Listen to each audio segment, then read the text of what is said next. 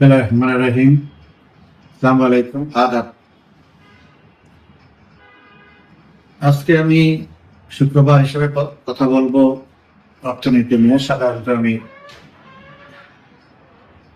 শুক্রবার এই অর্থনীতি নিয়ে বাজারের অবস্থায়, অর্থনৈতিক অবস্থায় নিয়ে কথা বলি। শনিবারে আন্তর্জাতিক বিষয় নিয়ে কথা বলার চেষ্টা করি। মূল কথায় যাওয়ার আগে আমি একটা বিষয় আপনাদের নজরে আনতে চাই। সেটা হচ্ছে, আপনারা হয়তো অনেকেই জানেন যে গতকাল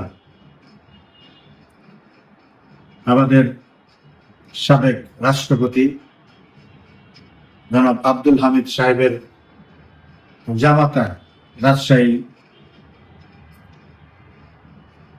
কর কমিশনারের ভারপ্রাপ্ত কর কমিশনার এবং অতিরিক্ত কর কমিশনার এডিশনাল সেক্রেটারি, তাকে জোরপূর্বক অবসরে পাঠানো হয়েছে। তার বিরুদ্ধে কোনো অভিযোগ নাই, তো শুধুমাত্র হামিদ সাহেবের জামাই এই পরিচয়ের কারণে প্রতিহিংসাবশত তাকে জোরপূর্বক অবসরে পাঠানো হয়েছে। এগুলো নিন্দা করে আর প্রতিবাদ করে কি হবে? তো প্রতিদিনই ঘটতেছে এরকম ঘটনা। সে তার কোনো দল করে না, কিন্তু এখন এই অবৈধ সরকার এবং এই অবৈধ সরকারের যারা অংশীদার, বিএনপি, জামাত এবং এই সমন্বয়করা, তাদের একটাই দাবি, একটা অন্যতম দাবি, প্রশাসনে আওয়ামী লীগ, বিশেষ করে আওয়ামী লীগ আমলে যারা চাকরি পেয়েছে, চাকরিতে প্রমোশন পেয়েছে, তারা এখন সবাই আওয়ামী লীগ হয়ে গেছে, তাদেরকে বাদ দিতে হবে। তাহলে এতদিন যে তারা বলে আসছে যে এক দলের প্রশাসন, এখন তো তারাই এক দলের প্রশাসন বানাচ্ছে। কারণ এখানে তো দুইটা দল, একটা হলো আওয়ামী লীগ, একটা আওয়ামী লীগের বিপক্ষ। আওয়ামী লীগের বিপক্ষ এখন ক্ষমতা দখল করে আছে। তো আওয়ামী লীগ এই প্রশাসনে, এই রাষ্ট্রে কোনো কিছুতে থাকতে পারবে না, ব্যবসা করতে পারবে না, চাকরি করতে পারবে না। এটা এখন ঘোষিত হয়ে গেছে, ঘোষণা করে এটা করা হচ্ছে। তো এই যদি হয় অবস্থা, তো দিন তো বদল হবে। তখন কি অবস্থা হবে? এটা রেকর্ডে থাকলো, অনেক কিছু রেকর্ড হচ্ছে, এটাও থাকলো। অথচ অন্যদিকে দেখেন, এই নাবালক উপদেষ্টা আসিফ মাহমুদ, তার বাবা, সে একটা স্কুলের প্রধান শিক্ষক, সে বেতন পায় সরকারের থেকে। তো সে সরকারের থেকে বেতন নিয়ে চাকরি করে একটা প্রধান শিক্ষক। এখানে দুইটা বিষয় আমি আনবো, একটা হলো নৈতিকতার বিষয়, আর একটা হলো আইনের বিষয়। নৈতিকতার বিষয় হচ্ছে যে একজন প্রধান শিক্ষক এই 70 বয়সে, বৃদ্ধ বয়স, আপনারা তার ছবি নিশ্চয়ই দেখেছেন, কত বৃদ্ধ সে। এই বয়সে তার কোন নৈতিকতায় সে ঠিকাদারির মতো একটা ব্যবসা করতে গেছে? সে ব্যাখ্যা দিয়েছে, দুঃখ প্রকাশ করে ব্যাখ্যা দিয়েছে, আমার কাছে লোকজন আসছে এসে বলাতে আমি এটা তাদের উপকারের জন্য, কি বলছে, বেকার সমস্যা সমাধানের জন্য ব্যবসা করবে। উনি বেকার সমস্যা কিভাবে হয়? উনি যদি ব্যবসা না করে, ব্যবসা যে কাজটা আসবে সেই কাজটা তো অন্য কেউ করবে, তারা তো লোক দিয়েই করবে।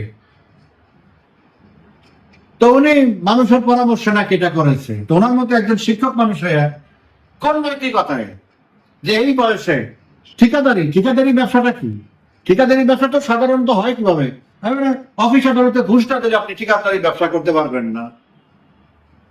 এবং আমি যদি অন্যভাবে বলি যে আপনার যা যা ম্যাটেরিয়াল দেওয়া দরকার এক্স্যাক্টলি তা এবং সেই পরিমাণ, সেই কোয়ালিটি ঠিক রাখতে গেলে অনেক সময় ব্যবসা করা যায় না, সেখানেও কম্প্রোমাইজ করতে হয়। আবার অফিসে নির্ধারিত আছে, সেখানে একটা পার্সেন্টেজ ঘুষ দিতে হয়। এইটাই তো আমাদের দেশের প্রচলিত ঠিকাদারি ব্যবসা। তো ওনার মতো একজন লোক শিক্ষক মানুষ হ্যাঁ, এই ব্যবসা কিভাবে প্রলুব্ধ হলো, এই লোকটা কিভাবে আসলো? সেটা নিশ্চয়ই এই ব্যবসায় যখন আসছে, নিশ্চয়ই সে আগে আরো ধান্দা করছে কাজ পাইয়ে দেওয়ার জন্য। তার ছেলে যেই মন্ত্রণালয়ের মন্ত্রী বা উপদেষ্টা, সে সেই মন্ত্রণালয় যদি এতই অন্য মন্ত্রণালয় করতো, অন্য প্রতিষ্ঠানের, তাইলে বুঝতাম যে না, এখানে তার প্রভাব খাটানোর কোনো ব্যবস্থা নাই। সে ওই প্রতিষ্ঠানেই গেছে যেখানে তার ছেলে, যেটার মন্ত্রী। এটা নৈতিকতার দিক। আর আইনগত দিক হচ্ছে, আপনি সরকারের কাছ থেকে বেতন ভাতা নিবেন, কিন্তু আপনি কোনো ব্যবসা করতে পারবেন না। এটা হলো সরকারের আইন। সে এই আইনও ব্রেক করছে, সে আইনও লঙ্ঘন করেছে। অর্থাৎ দেশে যদি বৈষম্য দূর করতে হয়, আগে এই লোকের চাকরি থেকে বরখাস্ত করতে হবে। সে কিভাবে শিক্ষকতা করবে? তারপরে তার ছাত্ররা জানবে যে তার টিচার এরকম একটা কেলেঙ্কারি করছে। তার প্রতি একটা শিক্ষক মানে কি, সমাজের সবচেয়ে সম্মানিত ব্যক্তি হইল, সম্মানিত পেশা এবং ব্যক্তি শিক্ষক এবং শিক্ষকতা। আমরা এখনো যারা আমাদের স্কুল কলেজের শিক্ষক ছিল, এখনো দেখলে আমরা 5 দিয়ে সালাম দিই। অবশ্যই এখন তো আর সেই সুযোগ যুগ নাই, কিন্তু আমরা সেটা করি। আমরা এখনো 5 দিয়ে সালাম করি। আমরা শিক্ষকরা এত বেশি মর্যাদা দিই। মাননীয় প্রধানমন্ত্রী শিক্ষকদেরকে সবার ঊর্ধ্বে মর্যাদা দেয়। সেই শিক্ষকতা উনি কিভাবে করবে? যখন ওরা ছাত্ররা মনে মনে জানবে যে এই লোকটা এই অনৈতিক কাজটা করছে, ছেলের ক্ষমতা দেখায় ব্যবসা করতে গেছে এই বয়সে, এই পেশায় থেকে। শুধু দুঃখ প্রকাশ করলে হবে না, এর ব্যবস্থা নিতে হবে, দৃষ্টান্তমূলক ব্যবস্থা নিতে হবে। তাইলে মানুষ মনে করবে না এখানে স্বজনপ্রীতি নাই। যাই হোক, অর্থনীতির কথা আসলে কি বলবো? দেখেন, রোজার সময় তখন আমরা বলছি যে রোজার সময় সাধারণত তরি তরকারি মানুষ একটু কম খায়, শাকসবজি একটু কম খায়। ওই সময়টা একটু শীতের মৌসুমে, শীতের মানে ইয়া ছিল, তরি তরকারি ছিল, সেই শাকসবজি ছিল, যার জন্য দামটা একটু কম ছিল। সেইটাকে রাষ্ট্র করে ফেলছে। ঠিক ঈদটা পার হয়েছে, এখন আপনারা বাজারে গিয়ে দেখেন যেই জিনিসটা রোজার সময় যেই দাম ছিল, দাম কমপক্ষে তার ডাবল হয়ে গেছে। দাম, সমস্ত তরি তরকারির দাম ডাবল হয়ে গেছে। আজকে আমি টেলিভিশনে দেখতেছিলাম, নিউজে দেখতেছিলাম যে মানুষ বলতেছে 30 টাকার জিনিস 60 টাকা, 70 টাকার জিনিস 140 টাকা, এরকম হয়ে গেছে জিনিসপত্রের দাম, প্রত্যেকটা জিনিসের দাম। তেলের দাম তো সরকারি বাড়ায় দিচ্ছে, অবৈধ সরকারি বাড়ায় দিচ্ছে প্রতি লিটারে 14 টাকা, অথচ সারা পৃথিবীতে তেলের দাম কম, আমাদের এখানে বেশি। এই ব্যবসায়ীরা জোট হইয়া টাকা দিছে, মোটা টাকা দিয়েছে, বাস বাড়িয়ে দিছে। চালের দামের কথা কি বলবো? চালের দাম 20-25 টাকা করে বেড়ে গেছে কেজিতে। এখন ভারতের সাথে যে সমস্যার সৃষ্টি হইতেছে, আল্লাহ না করে ভারত যদি চাল বন্ধ করে দেয়, চালের কেজি হবে, মোটা চালের কেজি হবে 80 থেকে 90 টাকা। যে গরিব মানুষরা যা খায়, মধ্যবিত্ত বা এই যে নিম্ন মধ্যবিত্ত এবং গরিব মানুষ যা খায়, যে চাল খায়, অনেক আছে যে 100 টাকা দামের চাল খায়, তার জন্য 50 টাকা বাড়লে কি আছে? 200-500 টাকা কেজি হইলে কি? ধনী মানুষরা তো ভাত তরকারিটা খায় না, চালের কত টাকা যাবে? এটা তো তাদের কিছু আছে না। কিন্তু যে মধ্যবিত্ত, নিম্ন মধ্যবিত্ত এবং গরিব মানুষরা, তারা যে মোটা চাল খায় বা একটু এই যে কি বলে মিনিকেট এগুলি খায়, তো এইসব চালের দাম তো বেড়ে যাবে। কিন্তু ইন্ডিয়া কিন্তু বন্ধ করলে 30-35 টাকা 40 টাকা বেড়ে যাবে চালের দাম। তাছাড়াই তো অলরেডি 25-30 টাকা বেড়ে গেছে। খাসির মাংস তো এখন মানে শখের আকার জিনিস হয়ে গেছে। গরুর মাংস 800 টাকা কেজি।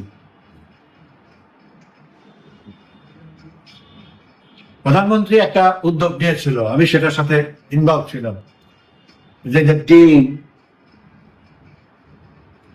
ব্রয়লার মুরগি, তারপরে গরুর মাংস, এগুলিকে দাম কমানোর জন্য এর একটা সিন্ডিকেট আছে। এই সিন্ডিকেটটা ভেঙে প্রত্যেকটা গ্রুপের, এই ডিমওয়ালাদের একটা সিন্ডিকেট আছে,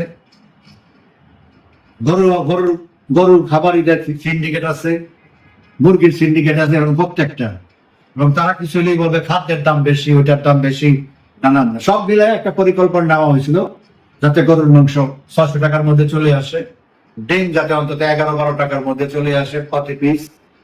মুরগি তো আমাদের সময় তো মুরগি 160 টাকা ছিল কেজি, সেই মুরগি এখন 300 টাকার উপরে। শোনান,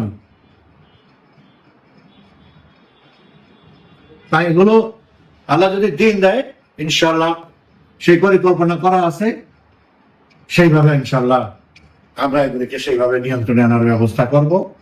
ওই পর্যন্ত আমাদের ভুগতে হবে। দেখেন, জাতীয় অর্থনীতির কথা কি বলবো, গত পরশুদিন ওয়ার্ল্ড ব্যাংক যে রিপোর্ট দিয়েছে, আমাদের অর্থ উপদেষ্টা, অপদার্থ গভর্নর, এরা এখন সব আমেরিকাতে বিশ্ব ব্যাংকের সাথে মিটিং করতেছে। ওই মিটিং এ একটা রিপোর্ট দিয়ে দিচ্ছে যে বাংলাদেশের অবস্থা কি। বাংলাদেশের অবস্থা হয়েছে এই বছর 24-25 অর্থ বছরে প্রধানমন্ত্রী শেখ হাসিনার যেই প্রবৃদ্ধি ধরেছিল 6.2, সেই প্রবৃদ্ধি আগে 3 মাস আগে IMF বলছিল 4% হবে, এখন ওয়ার্ল্ড ব্যাংক পরশুদিন বলে দিচ্ছে এটা 3.3% হবে। বাট এগুলো এখনকার পর্যায়ে, এরা যদি টিকে থাকে, ক্ষমতা দখল করে থাকে, তাহলে বাকি 3 মাসে এটা 3%-এর নিচে নেমে আসবে। ওয়ার্ল্ড ব্যাংক কি বলছে, যেখানে প্রধানমন্ত্রী শেখ হাসিনা 41% থেকে দরিদ্র সীমার হার 18%-এ নিয়ে আসছে, সেই দরিদ্র সীমা এখন আবার 22%-এ চলে যাবে এই বছরই। মাত্র 1 বছরে, এই 9 মাসে, অলরেডি 10 মাসে 22%-এ চলে যাবে। হত দরিদ্র, এটা 18%-এর থেকে এটা 5%-এ নিয়ে আসছিল। এই পরশুদিন আবার বলে দিচ্ছে এটা এখন 9.5%-এ উঠবে।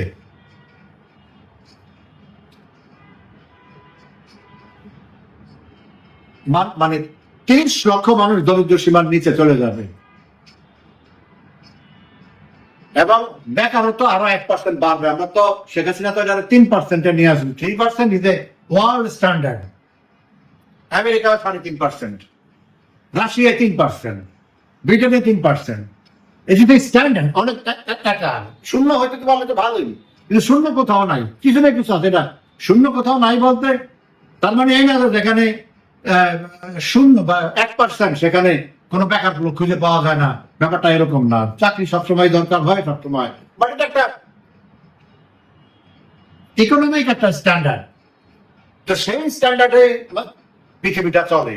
তা আমরা 3%-এ ছিলাম 8 মাস আগে, সেটা এখন অলরেডি 4%-এ চলে আসছে। কারণ চাকরি দিব কোথেকে? প্রতিদিন মানুষের চাকরি শ্বাস হচ্ছে, প্রতিদিন ব্যবসার কল কারখানা বন্ধ হয়ে যাচ্ছে।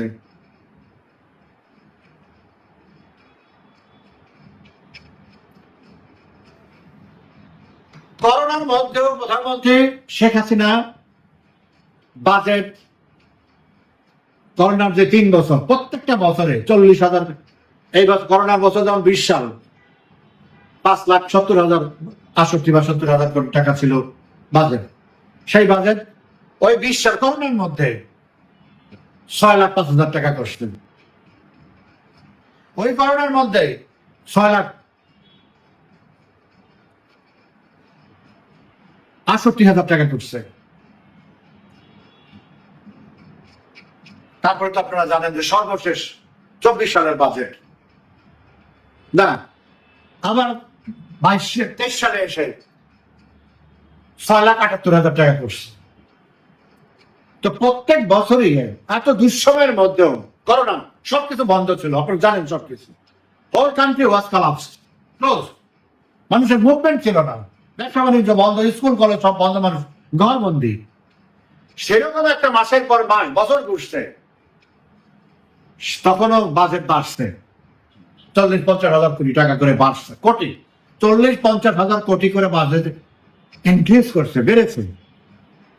আর অথচ তারা প্ল্যান করতেছে এখন যে 7,97,000 কোটি টাকার বাজেট দিয়ে গেছেন প্রধানমন্ত্রী, সেটার থেকে বাজেট আরো কমবে, আরো 10-12 হাজার কোটি টাকা বা 20,000 কোটি টাকা কমবে। তার মানে কি আমরা কোথায় পিছাচ্ছি?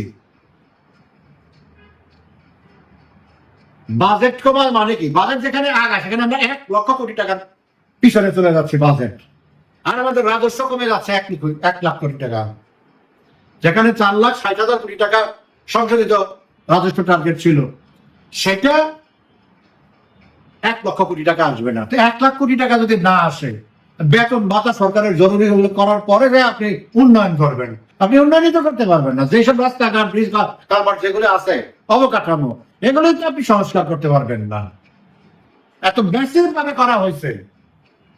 নতুন একটা এলাকার সৃষ্টি না হইলে বাংলাদেশে খুব কম জায়গা আছে যেখানে নতুন কোন রাস্তার প্রয়োজন আছে, প্রয়োজন নাই। আমি এমন এমন জায়গা দেখছি আইনের উপর দিয়ে পিচ ঢালা রাস্তা করে ফেলেছে, জমির আইনের মধ্যে যে রাস্তা বানায় ফেলছে, কার্পেটিং করে ফেলছে। আপনি নতুন রাস্তা, তারপরে এখন নতুন একটা বসতি করে বসলে বা একটা ইন্ডাস্ট্রিয়াল পার্ক হলো, ইন্ডাস্ট্রি হলো, সেটার জন্য নতুন নতুন রাস্তা দরকার, অবকাঠামো দরকার, বিদ্যুতের লাইন দরকার, সেটা আলাদা কথা। সেটা তো হবেই না। বরং যেগুলো আছে, এই যে মেনটেনেন্সেরও খরচ আছে 25-30 হাজার কোটি টাকা, সেটাই তো হবে না। তো এই হলো আমাদের সংক্ষিপ্ত অর্থনীতির পিকচার। এখন যদি আমরা এই দাবানলের মধ্যে, এই ডাকাতদের অধীনে আমাদের থাকতে হয়, তাহলে আমরা পিছনেই যাচ্ছি, সামনে আগানোর আর কোনো সম্ভাবনা নাই। আর অথচ ওই মৃত্যু ইউনূস সওদাগর কাতারে যায় বলে যে অর্থনীতি নাকি তারা পুনরুদ্ধার করছে, গতকাল তো বলছে এই কথা। অর্থনীতির প্রাণ ফিরিয়ে আসছে, অর্থনীতির প্রাণ যায়, আর সে বলে এই হলো অবস্থা। তো এখন এই অবস্থা থেকে মুক্তি পেতে হলে আমাদেরকে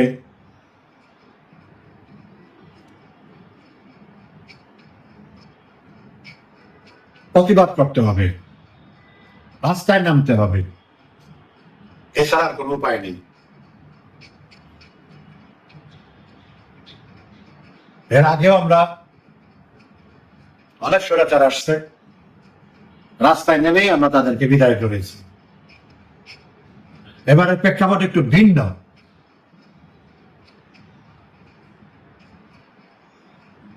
ভিন্নতা হলো যে এর কোনো দল নাই, এর পিছনে কোনো মানুষ নাই, এর পিছনে আছে সুবিধাভোগীরা, লোভীরা। এর সামনে রেখে তারা তাদের স্বার্থ উদ্ধার করতেছে। It's a group of companies. আমি সবসময় এই কথাটা বলি। এই গ্রুপে হলো বিএনপি, জামাত, এনসিপি এর সমন্বয়করা, হেডেড বাই ইউনূস সওদাগর। This is the group of companies. অর্থাৎ ইউনূসের বিদায় না হলে এই দেশের কোনো মুক্তি নেই। সে এই দেশে পুরা দেশকে ক্ষুদ্র ঋণের আওতায় নিয়ে আসবে। তার যে ভিশন এবং মিশন 3-0, এই 3-0, প্রথম 0 হলো দেশের অর্থনীতিকে শূন্য করে ফেলবে, দ্বিতীয় 0 হলো দেশের শিক্ষা ব্যবস্থাকে শূন্য করে ফেলবে, তৃতীয় 0 হলো দেশের রাজনীতি, ভোট, অমুক সমুক যা যা আছে মানুষের অধিকার অলরেডি শূন্য করে ফেলছে। এই 3-0 উনি অলরেডি বাস্তবায়ন করে ফেলছে। এখান থেকে পরিত্রাণ পেতে হলে এই দানবকে সরাতে হবে। এই দানবকে সরানোর জন্য প্রতিবাদ করতে হবে, মাঠে নামতে হবে। এবং এটার জন্য আওয়ামী লীগের সহযোগী সংগঠন, ছাত্রলীগ, যুবলীগ, স্বেচ্ছাসেবক লীগ, শ্রমিক লীগ, যুব মহিলা লীগ, যারা আছে, সুযোগ সুবিধার মতো আস্তে আস্তে যেভাবে এখন ডাকতেছে, যে ভারতে একটা পরিস্থিতির সৃষ্টি হয়েছে, পাকিস্তান ভারত, সেটার দিকে আমাদের তাকিয়ে থাকলে হবে না। এরকম হয়, এটা তাদের ব্যাপার, কিন্তু তার প্রভাব আমাদের মধ্যেও আছে। কিন্তু আমরা আমাদের কাজ চালিয়ে যেতে হবে, আমাদেরকে মাঠে থাকতে হবে, মাঠে আরো জোরালো অবস্থান নিতে হবে, এবং সেইভাবেই সময় মতো সঠিক সময়ে সঠিক কর্মসূচি চলে আসবে। কিন্তু এখন আমরা যেন সেই পরিস্থিতিটা সৃষ্টি করি। আমরা পরিস্থিতিটা সৃষ্টি করতে পারলে যারা এর ব্যাকআপ আছে, বিশেষ করে প্রশাসনে, তারা একটা অবস্থান নিবে, কিন্তু তাদেরকে সেই অবস্থান নেওয়ার সুযোগ করে দিতে হবে, তাদের পাশে থাকতে হবে। সে পাশে থাকার জন্য আমাদের মাঠে নামতে হবে। আশা করি এই আযাব থেকে মুক্ত হওয়ার জন্য আল্লাহ আমাদেরকে সহায় হবেন, এবং আমাদের নেতা কর্মীরা যতটা সম্ভব সাবধানে এবং নিরাপদে থেকে মাঠে নেমে যাবেন। ভালো থাকবেন আপনারা। ধন্যবাদ।